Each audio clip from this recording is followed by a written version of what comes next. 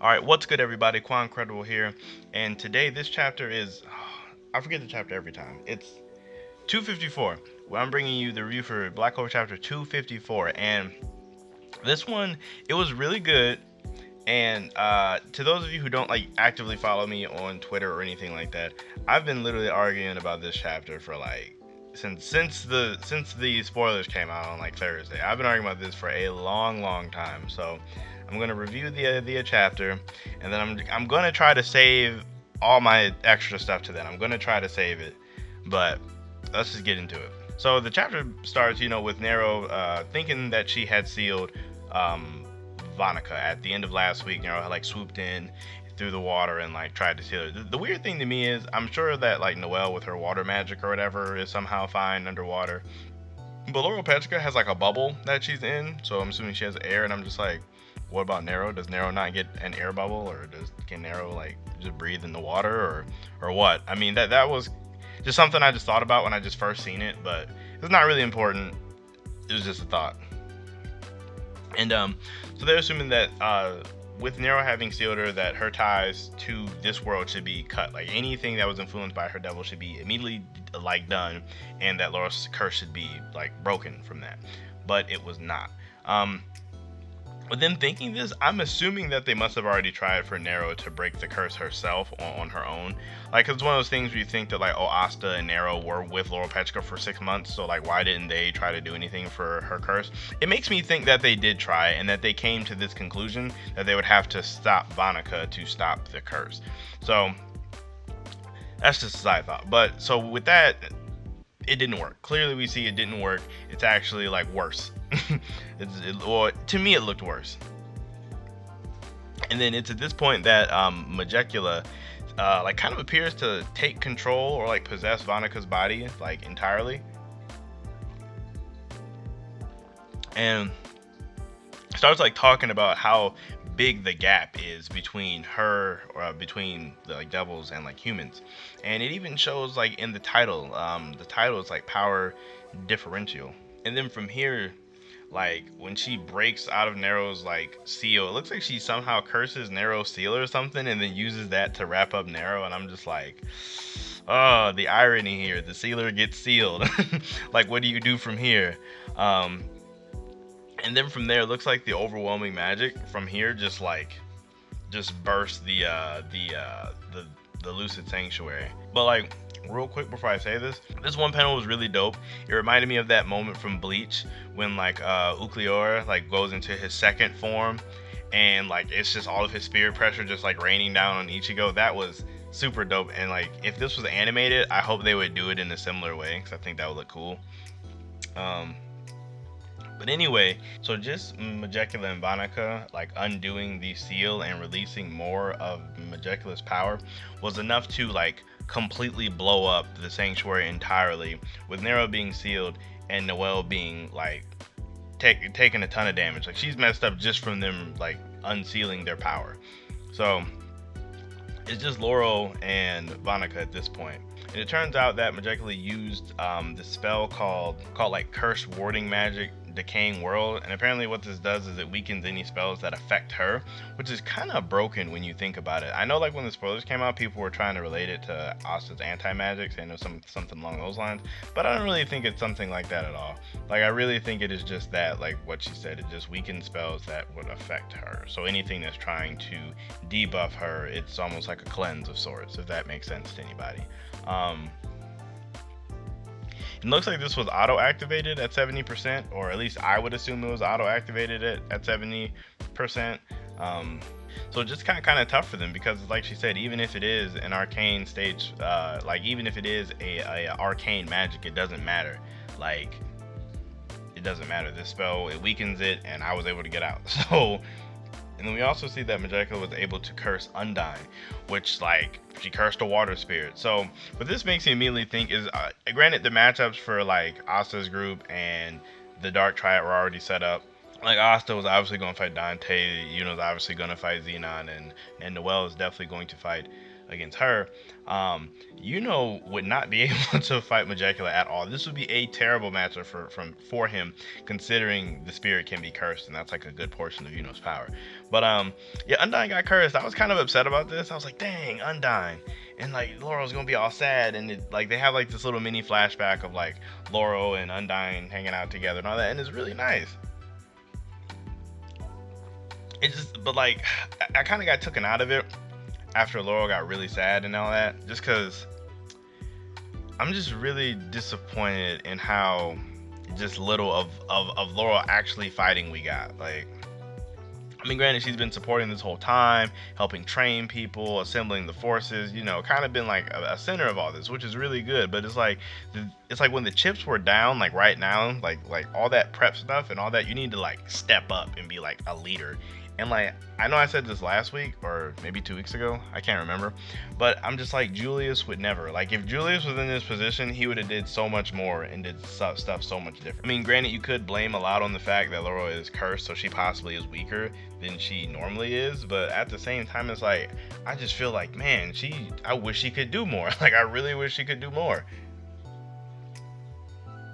And then it's like with Laurel essentially just like broken physically and mentally with like losing Undyne, or not losing Undyne, but with Undyne being cursed and falling out. They're about to finish her off, and that's when Noelle stands back up. And like in this panel with her Valkyrie dress, it looks messed up. Like, you can obviously tell Noelle's taking tons of damage. Like, she's hurt. Because like it isn't formed all the way like how it should be, how it looks. So Noelle's not at full power here. So like, at this point, I believe it was Vanica who said this and not Majecula. Like, I think she said that you're not anything special without Laurel's help, or something along those lines. And of course, Noelle's all like, it doesn't matter.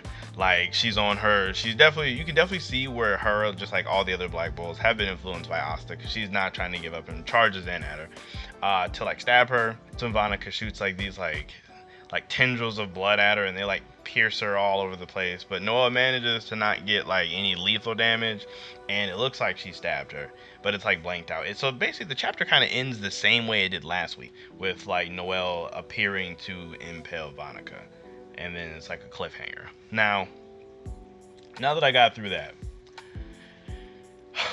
so as for what I think is going to happen next, I kind of think that they're going to curse Noelle like right here. Like, they're just going to, like, I obviously I don't think Noelle stabbing her with the lance at the end did anything. Like, Noelle was completely outmatched here, just like Asta and just like was definitely not a match for her at all. So I think she's gonna get cursed, and then I kind of think that reinforcements reinforcements from the Clover Kingdom might pop up to like help them, and then Vanica can make her retreat. I'm not for sure if Laurel's gonna die here. I don't really want her to die, because I kind of like her character, but at the same time, it would make sense if she did, and it's not like she's really doing anything else. So, I mean, Undyne's cursed. Is she really that strong on her own? Like, so I mean, that's kind of what I think is going to happen. And then, of course, like, Project Kalim, it's like, well, or even with Laurel, they might just curse Noelle, and Laurel might just die, and then Vanica's like, well, mission accomplished, I can just go home now, and then they just leave. They could do that too, because it's not like they were meant to destroy the whole Heart Kingdom. It was just kill Laurel. Yeah, that was their goal, right? Just to kill Laurel. It wasn't like they were supposed to really do anything else. But like, overall, my like thoughts on this whole Noelle thing. So, to any of you who don't know, a lot of people are saying that like, oh, Noelle scales to 70% Vanica, or oh, Noelle was able to fight with her on this level, so she's much stronger than Asta and Yuno.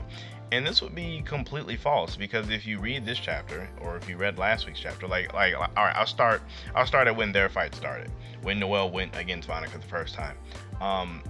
Laurel Petra did this whole gigantic spell centered around making Vanica weaker, and centered around making Noelle stronger, so they could pose a big enough distraction so Nero could seal her.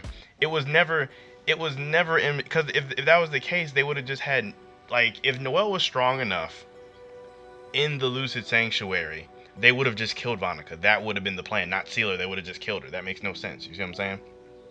So like, this whole thing was centered around that. And once Vanica broke out, Noelle just took damage just from her breaking out. It's like Noelle's not even close to the 70% level. Saying that she scales to 70% and Yuno scales to 55%, because that's what Xenon was at. I don't really think either one of them scaled to either one of those. Like, because they got destroyed. Like, if you fight somebody and you are completely outclassed, it doesn't matter how much strength they used against you when they beat you. You weren't even close to it. Like let's say I'm fighting against Mike Tyson, and Mike Tyson says I'm going to use 80% of my power, and he beats me up using 80% of his power. That doesn't mean I scaled to 80% Mike Tyson. I was outclassed from the start. That doesn't make any sense. It doesn't make any sense. I do not scale to 80% Mike Tyson. That's ridiculous.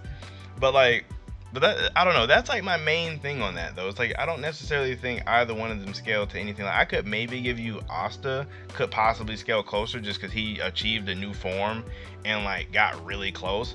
But I don't really think that Yuno or Noelle are relative at all to their percentages that they fought against. I mean, it's as simple as that. I would love to know what you guys think down below in terms of like which one is stronger per se, or not even stronger, but like what you guys think on the whole, like Noelle is relative to 70% Vanica while Yuno is only relative to 55% Xenon. I would love to know what you guys' opinions on that, honestly. Just because, I mean, like, you guys heard what I thought about it. Like, I just don't even think it makes sense. To me, at least. Like, I mean, I guess I can kind of see what people are saying. But, like, when you look at all the other factors, especially considering, like, how much help Noelle had, how debuff that Vanica was, considering the entire plan was based around just getting her sealed and not even defeating her. And this was all with tons of like, help. The fact that Vanica just powering up was enough to basically lay Noelle out. I mean, granted, you could talk about how Noelle got back up and charged at her, but like, just because you get up and charge at somebody when you're losing doesn't really make you any stronger. That's like saying C Temple Asta was relative to freaking to Vito at that time, when literally he wasn't. When he just actually wasn't. It is the same as saying that.